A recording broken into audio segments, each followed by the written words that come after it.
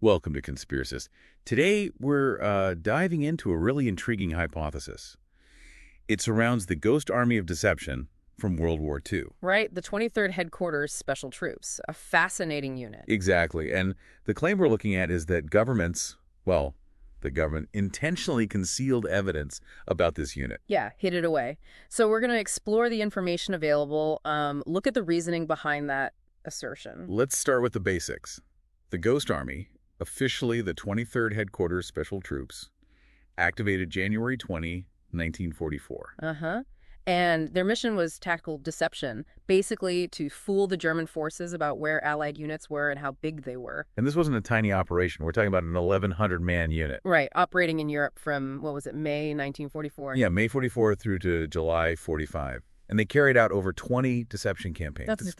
It really is. They created this sort of traveling road show. That's how it's been described. A road show. How so? Well, they used inflatable tanks, sound trucks playing battle noises, fake radio transmissions, even scripts and impersonation. A whole theatrical production, almost. Okay, now, a key part of this concealment hypothesis, the secrecy. Absolutely central. The fact is, the Ghost Army's existence was kept secret for over 50 years. 50 years. It was only declassified in 1996. That's right. And apparently, some soldiers didn't even tell their own wives what they did until then. Imagine that. That level of secrecy is intense.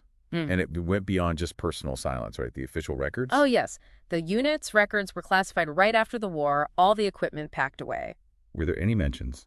A couple of newspaper articles popped up in August 45, very briefly, but then silence. The Pentagon largely kept the story quiet until 1985. What happened in 85? A veteran managed to illustrate his story for Smithsonian Magazine. That was sort of the first crack in the dam, you could say. Okay, let's dig into the actual nature of their deception. What exactly were they doing on the ground? Right, the methods. So first, visual deception. We mentioned the inflatable tank. Yeah, rubber tanks. Rubber tanks, artillery, jeeps, trucks, even airplanes.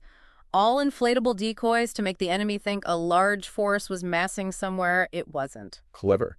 And then the sound aspect? Sonic deception. They had these huge 500-pound speakers mounted on vehicles. 500 pounds each. Yep. And they'd play sounds, recordings of troop movements, bridge construction, tanks rumbling, apparently audible up to 15 miles away. Incredible. Who made the recordings? Engineers from Bell Labs helped record and mix these sounds. Top-level audio engineering for deception. So, sight and sound covered. What else? Radio deception. This was crucial. They had skilled radio operators creating phony traffic nets. Really? They'd pretend to be the radio operators from real Allied units. They'd even mimic the specific sending styles, the sort of Morse code fist of individual operators from those actual units. Yeah. Made the fake traffic seem completely authentic. Wow. The level of detail is something else. It had to be. They even created phony headquarters, tents, signs, the whole setup. And impersonated officers. Yes, impersonated generals sometimes, going into towns, making themselves seen, spreading misinformation. Apparently, they sometimes even fooled other American units nearby. That's slightly worrying, but shows how convincing they were. Exactly. And think about this. Many members were artists, designers, recruited specifically for their creativity. They made something like 40,000 counterfeit shoulder patches for all the different units they were impersonating. 40,000 patches. That's dedication to the craft. Sure. Okay, let's talk impact. Did these elaborate illusions actually work? Any specific examples? Oh, definitely. They were a huge help to General Patton's Third Army in July 1944. How so? As Patton was racing across France, the Ghost Army ran operations to trick the Germans about where he actually was, where his flanks were exposed, helped keep the enemy off balance. Okay, so supporting major offensives. Right, and also holding the line. In September 44, during the tough fight for Metz, they helped hold a vulnerable part of Patton's line by simulating a larger force there. And during the Battle of the Bulge, that was critical. Very critical. In December 44, their deceptions helped draw German attention away from Patton's real movements as he was trying to relieve the Americans besieged in Bastogne, diverting enemy resources at a key moment. That sounds incredibly valuable. What about that Rhine crossing operation you mentioned earlier? April 45. Yeah, that's often cited as one of their biggest successes. They simulated the 30th and 79th Infantry Divisions preparing for a massive Rhine crossing at a specific point. And the real crossing was elsewhere. While the simulation drew German attention and artillery to the fake crossing point. The initial estimates predicted maybe 12,000 Allied casualties for that real crossing operation. Okay. But the actual number was only 31 casualties. 31. That's staggering. The difference is huge. It really suggests the power of effective deception. Saved potentially thousands of lives in that one operation. George Reb, one of the veterans, apparently impersonated a colonel during that one. Were they only in France and Germany? Mostly, but there was a related sonic-only unit, the 133rd Signal Service Company, operating in Italy. Doing similar things. Sonic deception, yeah, against the German Gothic line. They had an interesting operation there with 35 dummy tanks. What happened? They put them out to deliberately draw German artillery fire. They lost almost 70% of the dummies. Why do that? To make the Germans reveal their hidden artillery positions. The destruction of the dummies confirmed the enemy was watching that area and helped pinpoint their guns. Risky, but valuable intelligence. So the impact seems pretty clear. There was even an official assessment later. Yes, a top-secret U.S. Army report, written about 30 years after the war, concluded the Ghost Army had a great influence on the outcome of a major military campaign with just a small number of men. And estimates on lives saved. Some estimates, based on operations like the Rhine crossing, suggest their deceptions might have saved upwards of 25,000 Allied lives overall. It's hard to quantify precisely, but the potential impact was enormous. Which brings us back to the secrecy. Yeah. Okay, wartime secrecy. Absolutely essential. Can't let the enemy know you have inflatable tanks and sound trucks. Exactly.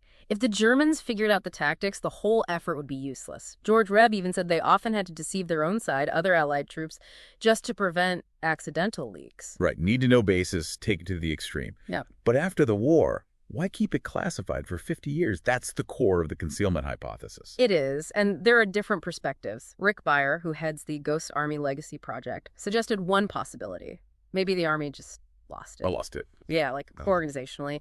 Packed away the records, the unit disbanded, people moved on. And in the sheer volume of post-war administration, they kind of forgot about this specific classified unit until rediscovering it in the late 80s. Is that plausible? Forgetting a unit credited with saving potentially thousands of lives. Well, it sounds a bit strange, perhaps. But bureaucracies can be complex. It's one explanation offered. Okay. What else? There's the point Congresswoman Ann Custer made. Her father was in a top-secret unit, and she noted that many men of that generation, especially those in classified work, just didn't talk about the war afterwards. A culture of silence. So maybe it wasn't active suppression, but a combination of classification, veteran silence, and maybe some bureaucratic oversight. That's a more nuanced view, yeah. It could be a mix of factors. But the sheer length of the secrecy, over half a century, does lend itself to the idea that maybe someone, somewhere, preferred it stayed quiet. Which feeds the conspiracist angle, right? That maybe it wasn't just oversight. Precisely. The 50-year gap. It makes people wonder, was there more to it? Was the success, the unconventional nature involving artists and illusionists, something the military wasn't comfortable publicizing for a long time? Or maybe the tactics themselves were considered too valuable to reveal, even decades later, thinking about modern deception. That's another potential reason for prolonged classification, yeah. Protecting tradecraft, essentially. The techniques might still have relevance. So we have this long period of silence, but then things did start to change. You mentioned the declassification in 96. Yes, 1996 was the official turning point for the records. That allowed historians and the veterans themselves to finally access the documented history. And then much more recently, the Congressional Gold Medal. That was huge. Awarded collectively in 2024. A very high honor, acknowledging their unique contribution. 3 surviving veterans actually attended the ceremony. That must have been incredibly meaningful after all that time. Absolutely. And it didn't just happen automatically. There was a big push for it. By who? Relatives of the veterans, researchers, and especially the Ghost Army Legacy Project, which was founded in 2016 specifically to get the story recognized, they really spearheaded the effort. So public awareness campaigns, lobbying. Yes. Plus things like historical markers being put up in Europe where they operated, and the National WWII Museum created a traveling exhibit, Ghost Army, the combat con artists of World War II, all helping bring the story out. Okay, so if we're weighing the concealment hypothesis, we have the undeniable initial need for secrecy during the war.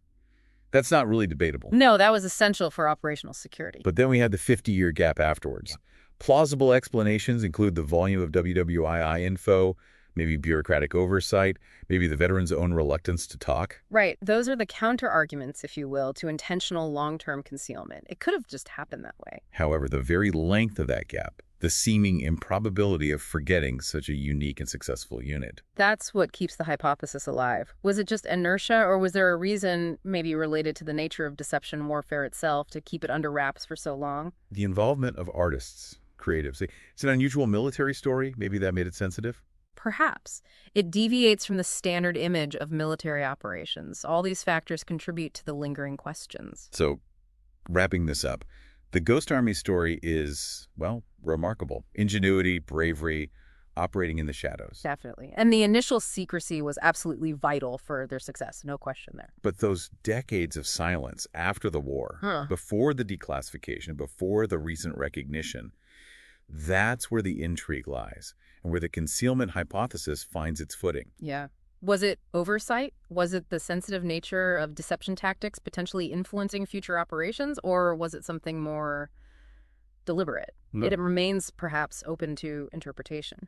What the facts clearly show, though, is a unit whose contribution was significant, hidden for a very long time, and now finally celebrated with the Congressional Gold Medal. A long road to recognition. Their story is a powerful case study in wartime innovation and the complex path of historical memory. It certainly makes you think about how history gets written and sometimes rewritten or uncovered much later. And that brings us to a final thought for you, the listener. Considering the Ghost Army's long journey from secrecy to recognition, what other unconventional stories, what other hidden contributions from history might still be out there waiting for their time to be brought into the light? Thanks for listening to Conspiracist.